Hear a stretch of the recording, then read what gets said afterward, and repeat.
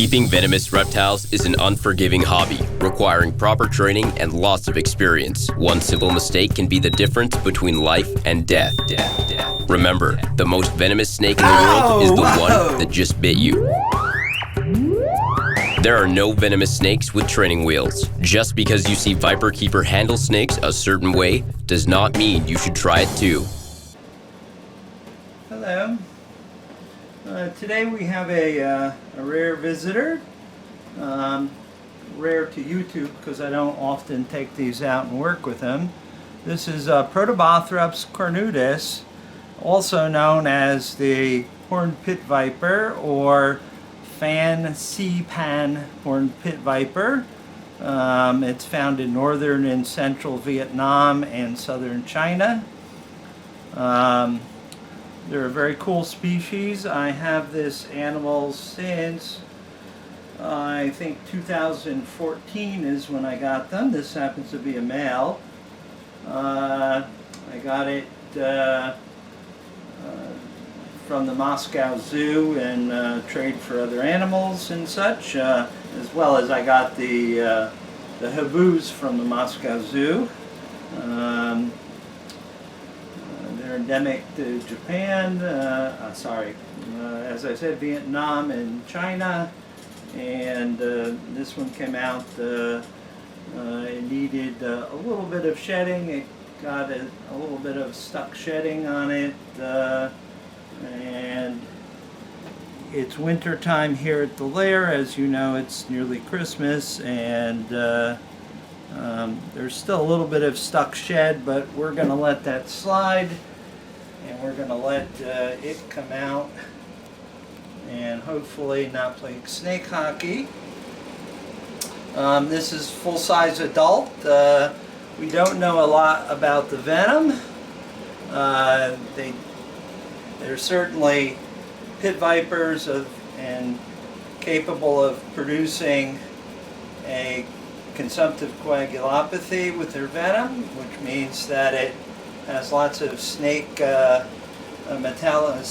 metalloproteases, which will cause your platelets to aggregate and consume all the fibrinogen and other coagulation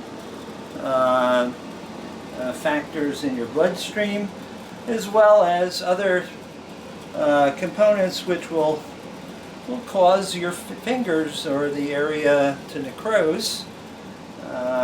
Like I said, I've had these for a long time. They do favor eating quail chicks. I imagine birds are on their diets, as well as frogs and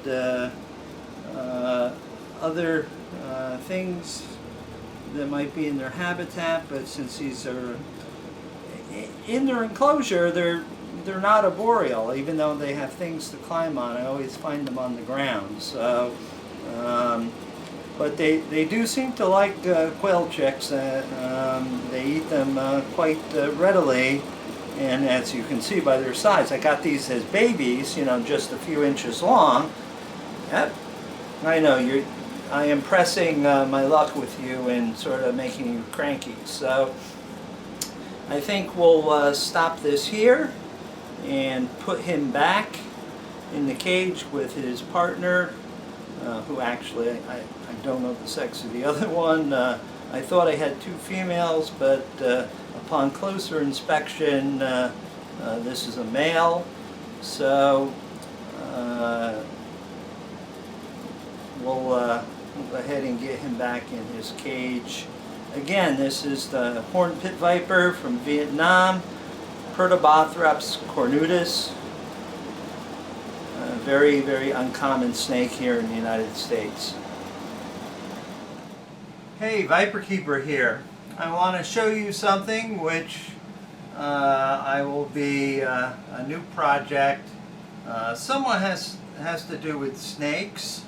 Well, it certainly has to do with snakes because I'm working with my friend Mark at BioEden, who takes snake sheddings and turns them into beautifully handmade and crafted leatherwork.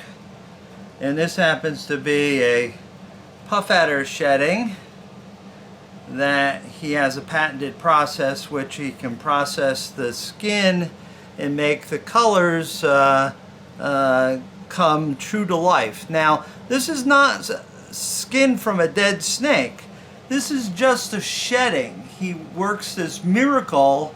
I don't know what he does. It's a patented process.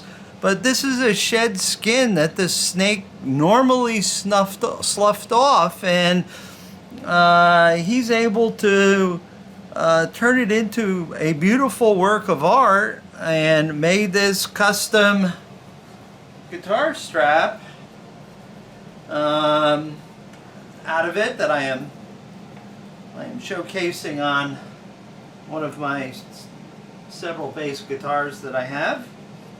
This happens to be a Rickenbacker 4001.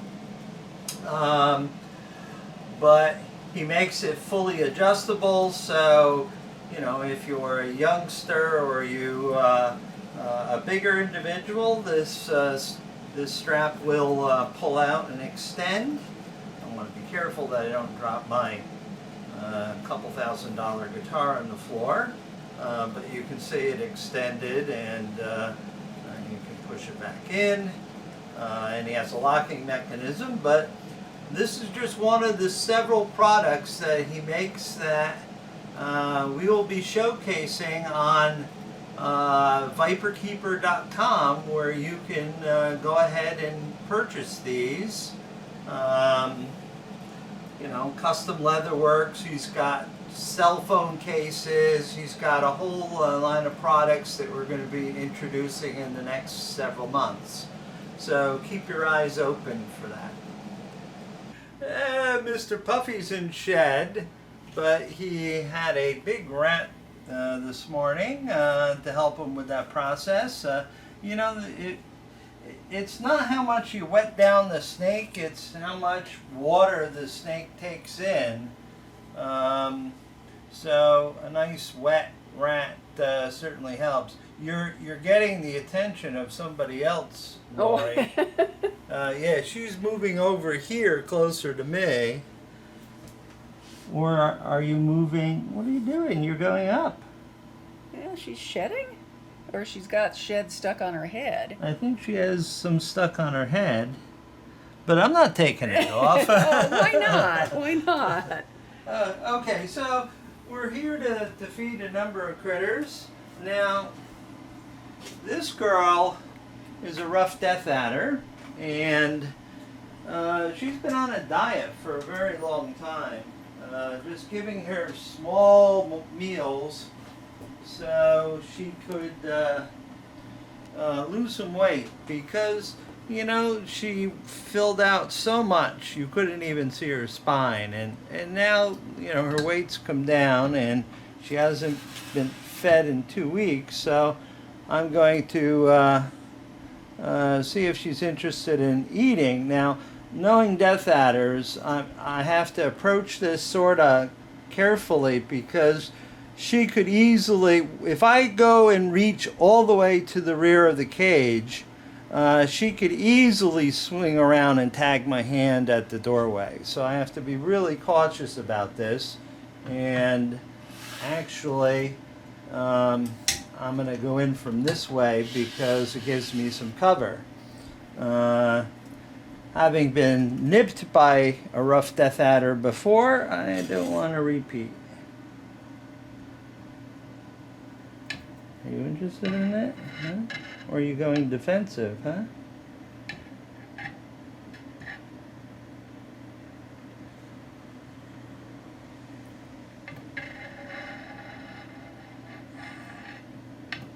I know she's getting ready to shed. Maybe she's not interested in feeding, which is really odd.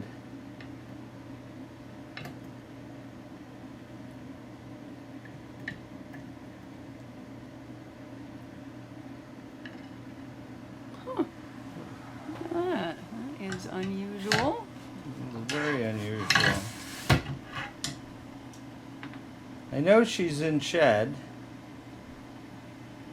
so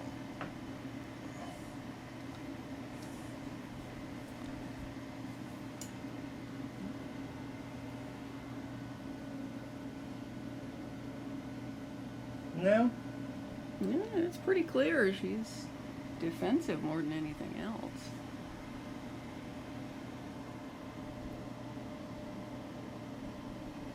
Well, I'm going to leave it because it can't go to anybody else's cage. So we will just leave that behind. And she eats it, she eats it. If not, well, you know, I'd sad to waste a rat, but I can't go and give it to somebody else. It's just not safe.